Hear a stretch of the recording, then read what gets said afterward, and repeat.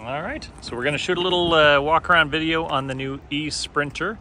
All of the controls and so on the exterior of the vehicle are the physical like buttons and interactions are the same as a internal combustion. So none of the door controls or anything are funky. The only thing that is unique is obviously you've got the electric badging, but the charging port. So you'll see on the front emblem, this little symbol, that's what you press on to access your charging port. So it's in that front emblem. When the vehicle's locked, that will not open. So it has to be unlocked. You press that button. You've got a level 2 or level 1 charger at the top, and then the level 3 accesses at the bottom. So if I wanted to plug into a level 2, which is what you guys will do most of the time, you'd plug your cable into there. The indicator light will go orange while it's establishing its connection with the charger, and then it'll pulse green as it's charging. If you see solid green, it's full charge. And if you see either white flashing or red flashing, that's bad. Usually you want to just re-establish the connection, and it'll 9 times out of 10 fix it. When the vehicle is connected, it will lock in place. So even if the vehicle's unlocked, to release the charging cable, you do have to press this button, and you'll hear a little physical uncoupling. That's when you can remove it. If you go to a level 3 charger, the big expensive ones, then you're going to have a double barrel. The actual handle and the cable is way heavier duty, and you open up this bottom part and it kind of takes up that whole thing. Those are the chargers that will fill this up in about half an hour. So this one is the kind of overnight charge. This is I'm bringing the car on a road trip and I need to fast charge on my route. Now let's move on to the actual controls inside the vehicle. So when you open the door, you're greeted with the controls for the mirrors, windows, locks.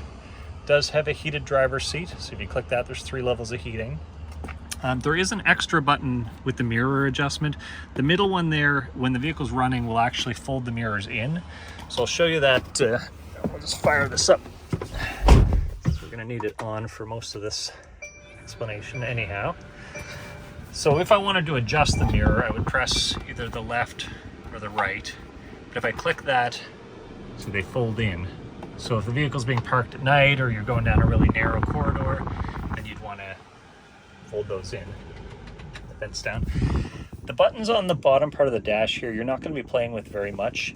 Leaving your headlights in auto is advisable, just because they will auto dim during the day and come on brighter at night. Same thing with the parking brake, it's automatic. So when you're in park, it's going to be on. When you put the vehicle in drive and you touch the accelerator, it'll disengage.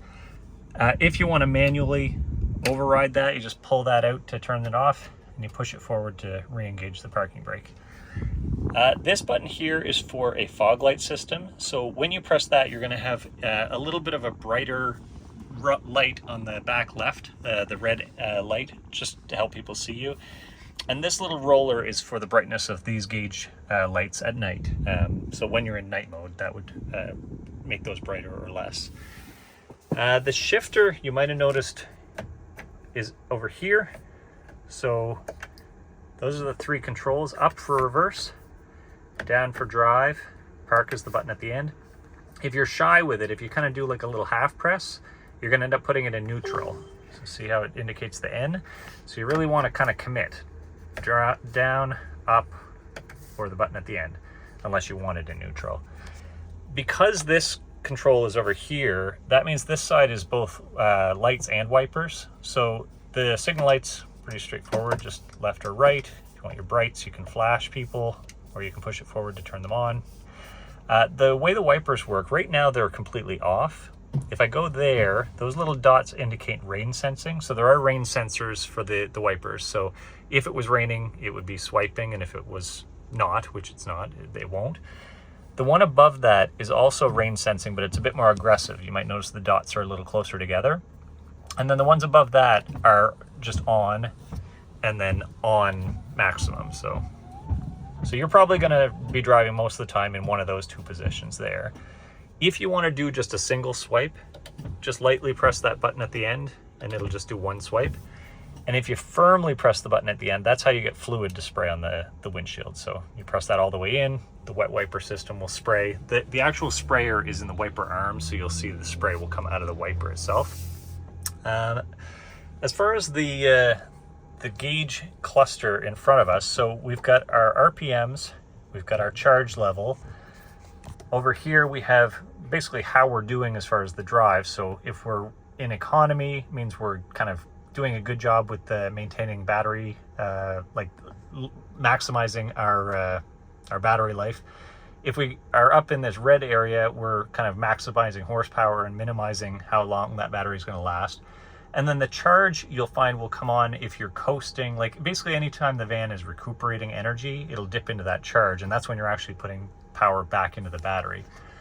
And then down here, we've got our power level. So right now we're at max power. There are different drive modes. So on just below the start button, you can put it in eco drive mode or max range.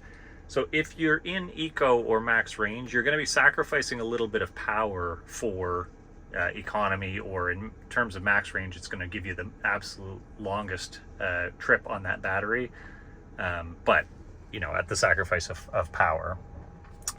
Now the center gauge, right now it's on an eco display. So this eco display, as you're driving, this little ball kind of rolls forward and backward, and it's kind of a game. You want to keep the ball in the center to maximize your efficiency. But if you want to change what's on display there, these buttons here, you'll see the top of the steering wheel has the same 3 buttons on both sides. These 3 are for that screen, and then these 3, when my hand's on the wheel, would be for that screen. So I'll just show you if I swipe down over that OK. So it'll run through different options. All those little gray dots on the left-hand side, or the right-hand side, I should say, are options of what I can display in that menu. Now this is all trip data. If I want to choose a different category of data, if I click the house, then I get different categories. So I could say, you know, I want to see service-related information, or I want to see assistance-related graphics, or, you know, even something as simple as like the radio or telephone. So you can pick which category and then swipe through your options as far as the display. The other buttons on this side are your cruise. So when you're on the highway, you'd click on and click set to set your speed, right? And then if you want to add speed, you just swipe your thumb up. If you want to take speed off, you'd swipe your thumb down. Off obviously turns the system off. And when it is on, resume and cancel work the same as any cruise control. If you press the brake, you take it out of cruise, resume puts it back on, cancels the same as pressing the brake. So we'll turn that off. Now the center screen, there's a few ways you can interact with that. So you can do hands on the wheel, kind of the same thing, same way I was interacting with that screen. I just swipe left or right on that little OK in the center, and it'll move on the screen. The screen is a full touch screen, and you'll find it's very fast and responsive. So that's the way a lot of people interact with it. And then the other way you can do it is there is a little microphone up in here where the car is listening for instructions. So if I want the car to do something, I can just say, "Hey Mercedes, how can I help? Change the temperature to 18 degrees. Unfortunately, I can't change the temperature in this vehicle. There you go. I learned something new. So most of the electronic items, though, you can say, "Hey Mercedes, call so-and-so," or you know, text so-and-so, or, you know, anything sort of this screen would do, you can ask her to do it. So like if I don't know what station it's playing, but I could say, "Hey Mercedes, hey Mercedes, how may I help you? Tune to 90.5 FM. And it changes the station. And that system, when you have your phone paired, it opens up a whole other layer of what the car can do, because it'll actually be able to have access to the information that your phone would have access to. So it can do math problems and get you sort of any piece of information that's on the internet. The other buttons on this side of the steering wheel, so the voice button is if you want to call up that assistant without having to say, "Hey Mercedes." So if I click that, I get this little symbol here where the car is listening for instruction. If you ever call that up and you don't mean to, pressing the hang up button hangs up on that system. The star, so within this screen there is a favorites menu which you can access by clicking that, but if you click that star on the steering wheel, it drops down this favorites menu, and they put a few things in here to get you started. But if you found, like, I never use the mobile browser, you can just hold on it and it'll give you the option of removing it. And on the right, you can add your own favorites. So if you take the time to set this up as like the 3 or 4 things you use a lot, it's handy to have a button on the steering wheel that'll just pop them up on the screen there. The other side is for the phone. So if you were to get a phone call, you'd hear it come through the audio system. You press the top button to answer, the bottom button to hang up. And the way you adjust the volume, there is a little volume rocker here, but it's also touch sensitive. So you'll see if you swipe your finger, it goes up and down. If I want to mute, I just click the very bottom. Okay. Or you can click this button here to mute the radio. Now, as for the main menu items here, the home button will always take you back to kind of these 3 things. So if I'm in a menu, say, and I'm in like a sub menu and I just want back home, if I click the house, it's going to take me home. Okay. You can rearrange the home screen icon. So if there's something way on the far right that you use a lot and you want it to be one of the main 3, you can just hold down on it and then move it just like you would on an iPhone. Just move them around. Well, let's kind of go through these main menu items. So the search will search for information about whatever your system you're looking to research. So it's basically like access to the owner's manual. The little icon here, you can have different driver profiles.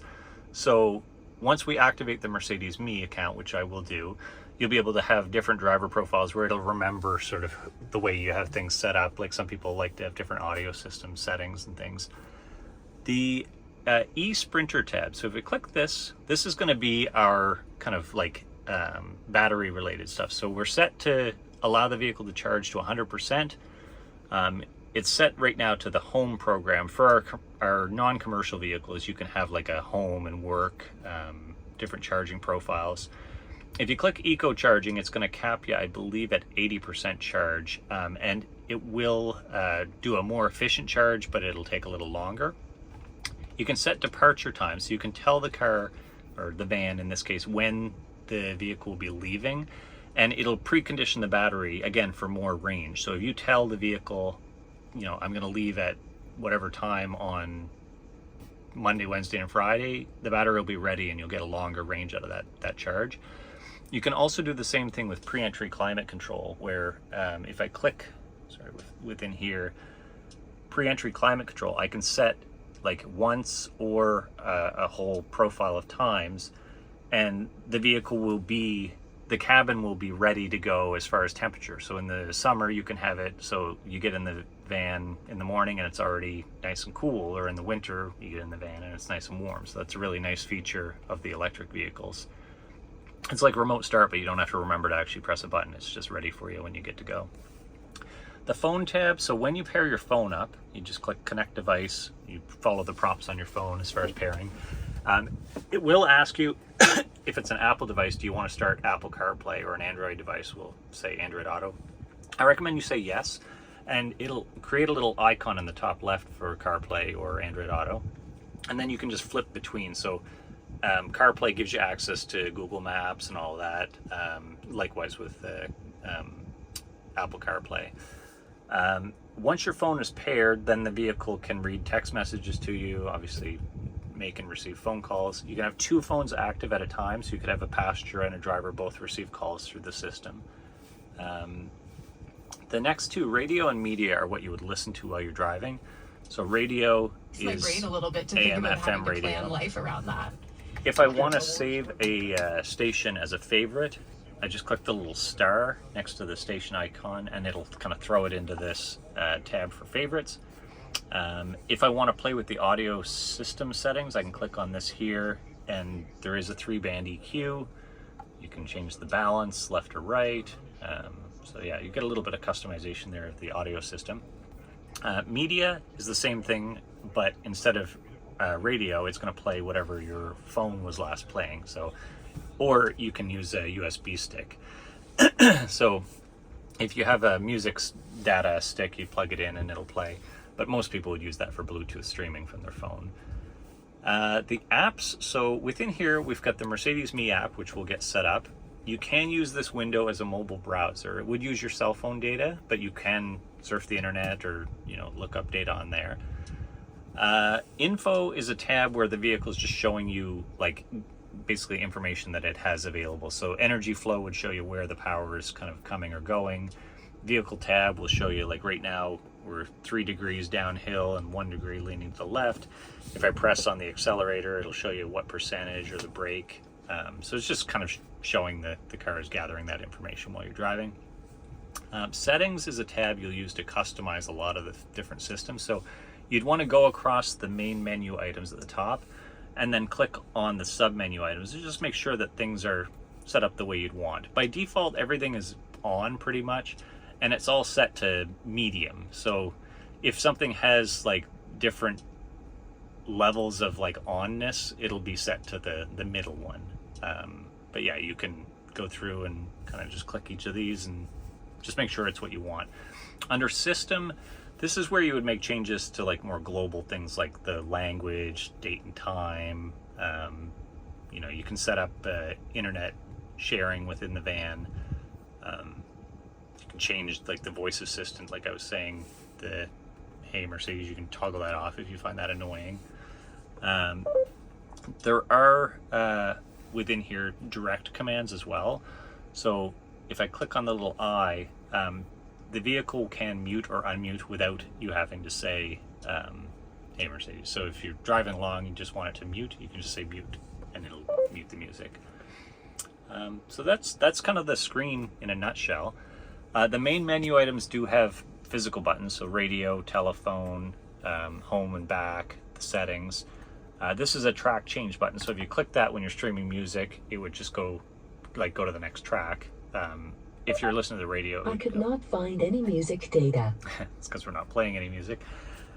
This one here is if you want to bring up the cameras when you're not in reverse. So obviously in reverse they'll come up on here, but if I click this, then I have the option of either doing like the wide angle view, narrow angle, and then there's a trailer hitch view which kind of zooms in on the ground there. The other buttons down below are your heating and air conditioning controls. So you've got your temperature, you've got where the air is going, so it'll just kind of cycle through, front defrost, recycled air. This is if you want the vent on the front.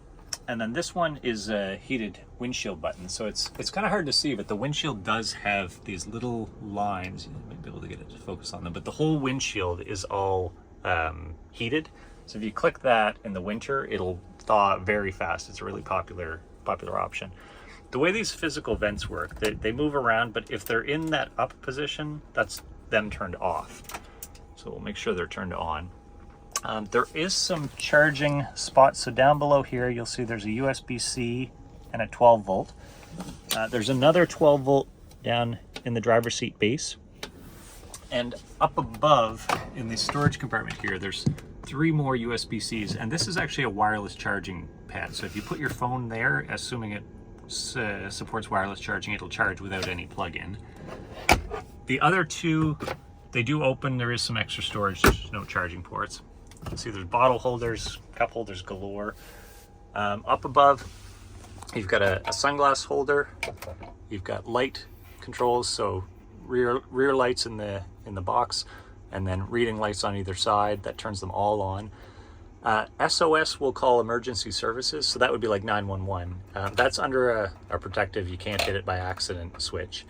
And then this Me will call roadside. So if you had a roadside emergency and you wanted a tow truck to be sent, you'd click that. Somebody will actually come on via satellite and talk to you, say what's going on, how can we help you, and they'll help you out in those emergencies.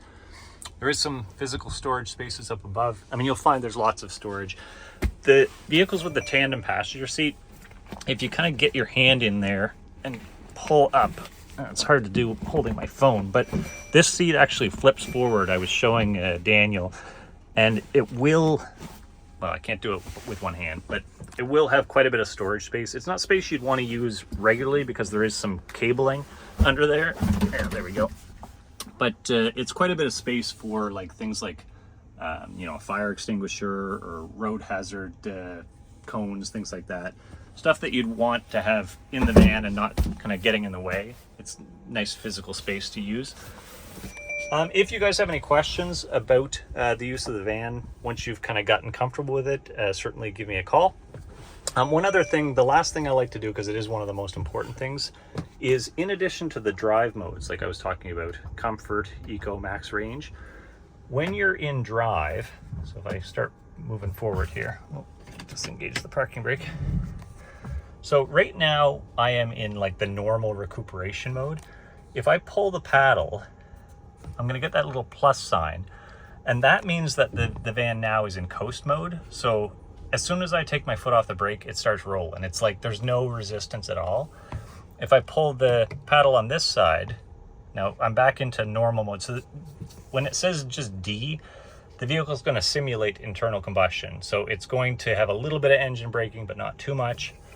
If I press it again, that D minus is basically strong recuperation. So as soon as you let off the accelerator, you're going to feel, it's almost like the van's braking, even though it's not, and it's going to be putting a lot more power back into the battery when you're off the accelerator. It's kind of like, they call it one pedal driving. It saves on your brake wear a lot because the recuperation system is designed to push power into the battery by slowing the van down. So if you can get used to driving that way, you're going to get a lot more range out of your van.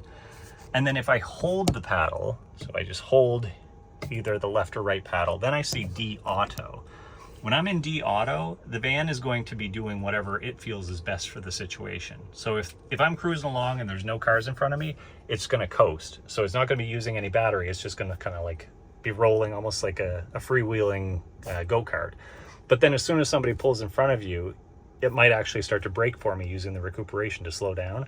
So again, I'm not braking, I'm not doing anything. The van is kind of deciding for me what level of recuperation and how to manage that power. So that's your drive modes there. You're probably either, if you're not comfortable with kind of the modern drive mode systems, then you're probably going to drive in D and just leave it. But if you get comfortable with either the strong recuperation or intelligent recuperation, it will max out your range. One other thing as far as maxing out your range is you can, I don't know if it's a menu in here, but you'll see that right now the range, it's at 100%. The range estimate is 385. If you're driving efficiently, that number will actually go up rather than down. Like that's based on it just sitting, you know, being worked on by service and sitting in the back lot. So the more you're using the van, and if you're doing a good job, that number will adjust to what you're achieving based on your charges. So it'll be interesting to hear, but I think you should be getting 400 to 500 out of a charge once you're kind of using it properly. Yeah, so I think that's the nuts and bolts of it. The rest of it is just like any other van. You've got, you know, things like coat hooks and seat adjustment and all that. I'm sure you can figure out. And I'm here if you need me.